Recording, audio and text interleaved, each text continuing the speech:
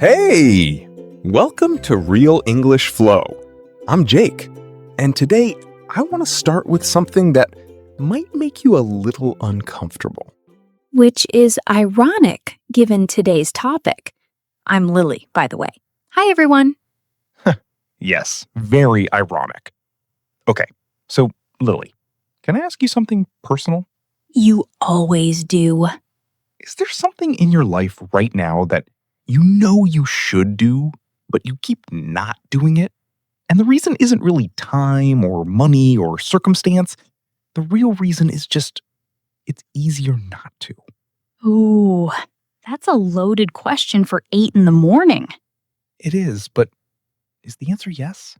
Yeah, it is. Me too.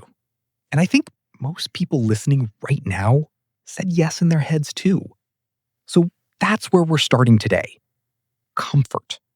What it really is, what it's really costing you, and why it's so much sneakier than anyone talks about. Subscribe to Real English Flow if you're new. We're going somewhere today. Let's go.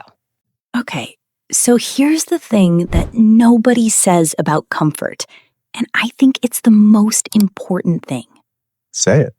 Comfort doesn't feel like fear. That's the trick. Fear feels like fear. Your heart races, you feel nervous, you know something is wrong. But comfort feels like peace. It feels like gratitude. It feels like I'm okay with where I am. And sometimes that's real. Sometimes you genuinely are at peace. Right. And that's what makes it so hard to see. Because real contentment and comfortable fear, they feel almost identical from the inside. So how do you tell them apart? That's the question, isn't it? And I think the answer is, ask yourself, if you knew you couldn't fail, would you still choose this? If there was zero risk of failure, zero judgment, zero chance of embarrassment, would you still stay exactly where you are? If the answer is yes, that's probably real peace. And if a little voice says, actually, no, I'd do something different. That's comfort wearing a costume. Comfort in a very convincing disguise. I'm going to tell you about a job I had. And I stayed in it for 2 years longer than I should have. Why did you stay? Because it was fine. That's the word, fine. Not terrible, not amazing. Fine. The salary was okay. The people were okay. The work was manageable. Fine is a dangerous word. The most dangerous word, I think. Because terrible pushes you out. Amazing pulls you forward. But fine just keeps you exactly where you are, indefinitely, while time passes and nothing changes. And you told yourself you were being responsible, sensible. Every single day, I have a stable job. I should be grateful. Not everyone has this. And those things were true. But I was using true things to justify staying somewhere that was slowly making me smaller. True reasons can still be excuses. That broke something open for me when I realized it.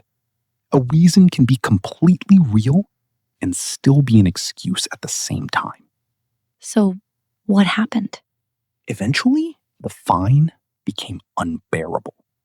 Not because it got worse, because I got clearer. And I left. And the first month was genuinely scary. But the month after that, I felt more alive than I had in 2 years. The discomfort was the aliveness. Exactly. I had confused discomfort with danger. They're not the same thing at all. Let's get into some English now. Words and phrases around this topic: comfort, fear, staying, moving. These come up a lot in real conversations. First, I'm playing it safe. This means choosing the option with less risk, even if it's not what you really want. I know it's not my dream job, but I'm playing it safe for now. I'm in my comfort zone. You've probably heard this. It means you're in a familiar, easy place. Not necessarily bad, but not growing either. I've been in my comfort zone for too long. It's not worth the risk. This is what we say when fear is making the decision for us. I thought about starting my own business, but it's not worth the risk. Now, sometimes that's true, but often it's comfort talking. I'm settling. To settle means to accept something less than what you actually want. I think I've been settling in this relationship, or in this job. Very honest phrase. And a more positive one. I'm stepping outside my comfort zone. Taking action despite discomfort. Learning English in public is stepping outside my comfort zone, but I'm doing it. Playing it safe, in my comfort zone, not worth the risk, settling, stepping outside my comfort zone. 5 phrases that tell the truth about where you are. Okay, my turn to be honest. I've been waiting. For years, I wanted to write. Not for work, not for anyone else, just for me. A project I believed in. And I kept not starting it. What was the reason you told yourself? Oh, I had a collection. I wasn't ready yet. I needed more time. I needed to read more, research more, prepare more. My ideas weren't developed enough. All very reasonable sounding. Very reasonable. I almost convinced myself they were real. And then one day, a friend said something that I didn't like at all in the moment. What did she say? She said, "Lily, you've been preparing to prepare for 3 years." Ooh. Yeah, ooh. I was annoyed. And then I went home and I sat with it. And I realized she was right. I wasn't preparing. I was waiting to feel ready. And ready never comes from the outside. It only comes from doing. Preparation as procrastination. Dressed up very nicely. Designer clothes on procrastination. That's exactly what it was. So what did you do? I wrote something bad. Deliberately. I gave myself permission to write something terrible. And I did. And it was terrible. And then I wrote something slightly less terrible. And that's how it started. Bad on purpose. That's actually genius. Sometimes the only way in is through the bad version. Can I give you a picture? Please. Imagine you're in a warm bath, and the water is perfect. Not too hot, not too cold. And you know you need to get out. You have things to do, places to be, a life that needs your attention. But the water is so nice. The water is so nice. And you think, just 5 more minutes. And 5 minutes becomes 10, becomes 20, and eventually the water starts to cool down. And you realize you didn't enjoy the bath more by staying longer. You just got cold. The thing that felt like comfort became the discomfort. Comfort has an expiration date. Stay past it, and it turns into something else. Stagnation. Restlessness. That feeling of, I should be doing something, but I'm not. And the worst part? You're still in the bath, telling yourself you're comfortable. But the water is cold now. Get out of the bath. Before the water gets cold, while it still takes a little courage to leave. That's the timing. Okay, I want to push back on something for a second, because I don't think comfort is always the enemy. And I think it's important to say that. Go ahead. I'm curious. There's a version of comfort that is actually essential. Rest is comfort. Recovery after something hard, that's comfort. A safe relationship, a stable home, moments of genuine peace, all comfort. So what's the difference? The difference is whether the comfort is a destination or a rest stop. Rest stops are necessary. You need them. You can't run forever. But if you stop at the rest stop and never get back on the road, Then the rest stop becomes the destination. And it was never designed for that. So comfort isn't the enemy. Permanent comfort is? Comfort that you chose because you were tired? Good. Comfort that you're choosing because you're afraid to keep driving? That's the one to watch. I like that distinction.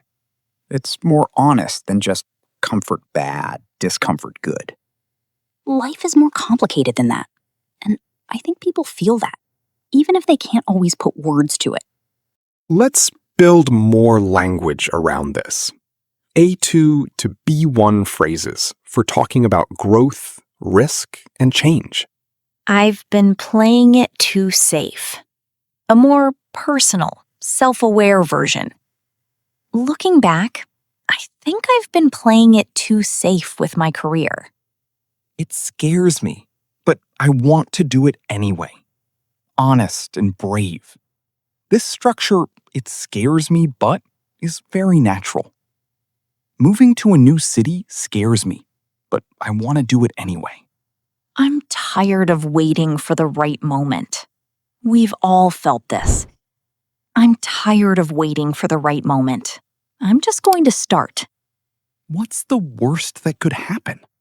A question people ask themselves when weighing a risk. I was afraid to apply, but then I thought, what's the worst that could happen? And this one, I owe it to myself.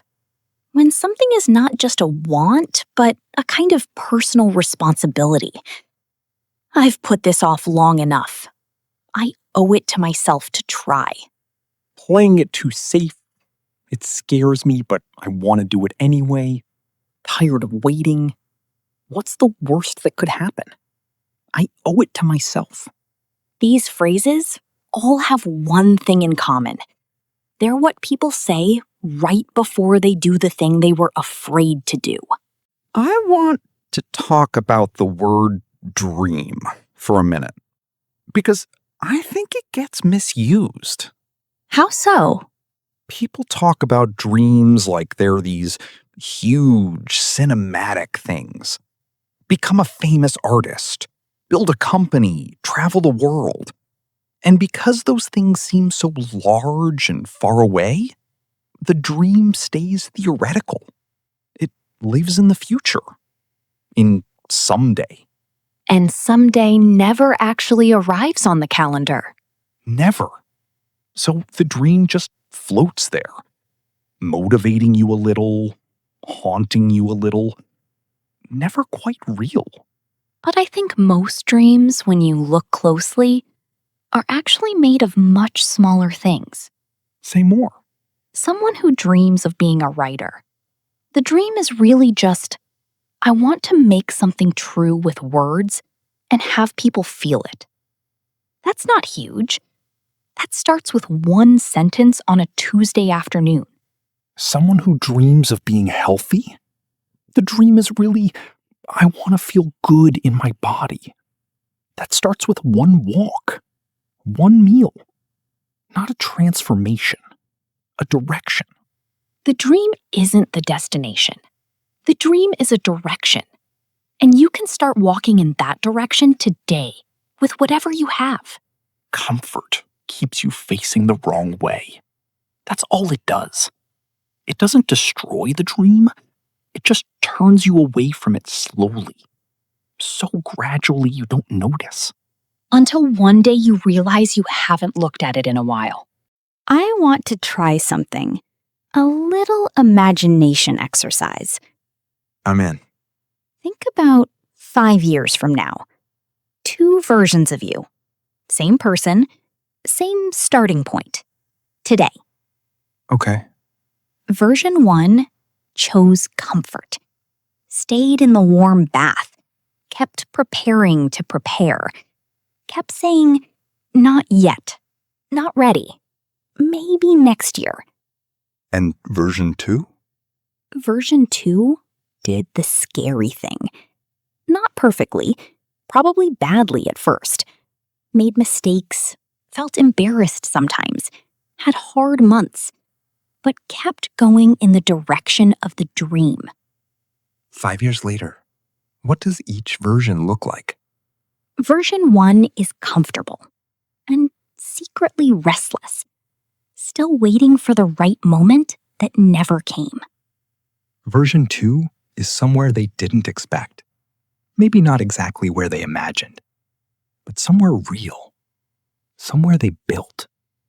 Both versions started today. Same day, same choice point.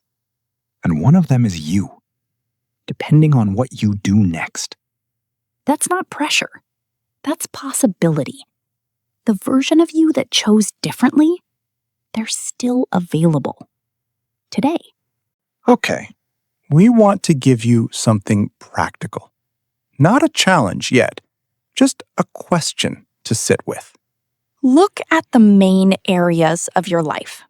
Work, health, relationships, creativity, learning. Pick one. And ask, am I here because I genuinely want to be? Or am I here because leaving would be uncomfortable? There's no wrong answer. Genuinely wanting to be somewhere is beautiful. That's real contentment. That's worth protecting. But if the honest answer is, I'm here because the alternative scares me, that's information. Important information.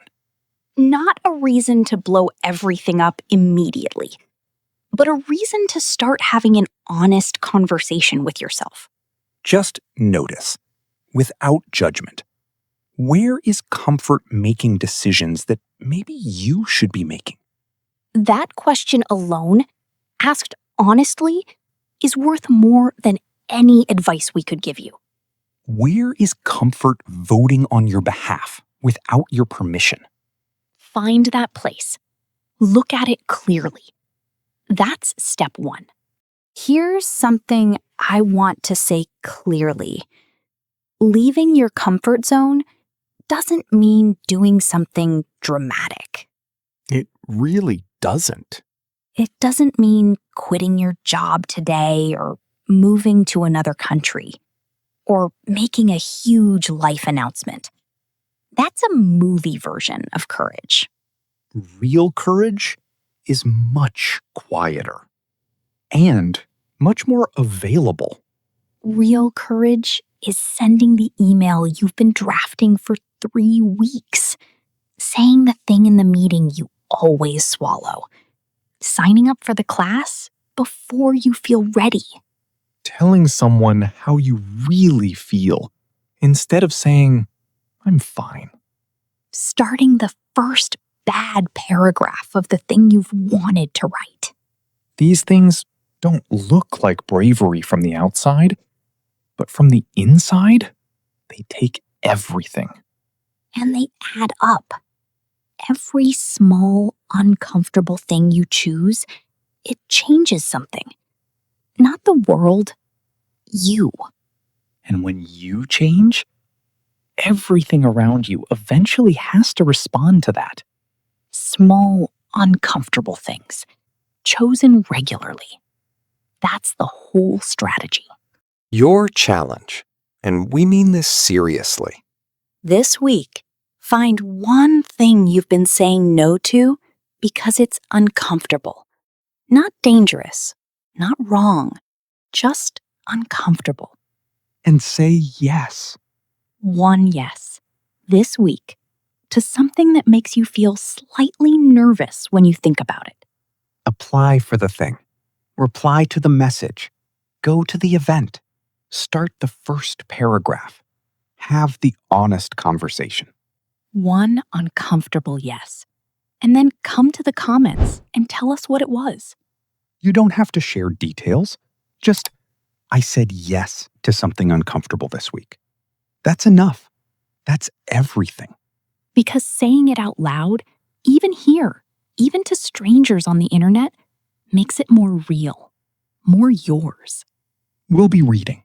And honestly, your one yes might be exactly what someone else needs to hear to find theirs. Before we go, comfort isn't evil. It's just seductive. And it lies very convincingly. It tells you you're at peace when you might just be afraid.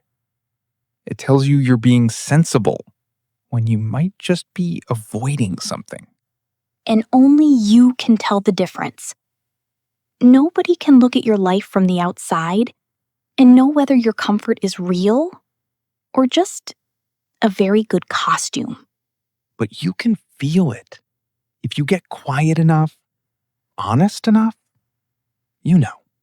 So get quiet, get honest, and then one small, uncomfortable thing.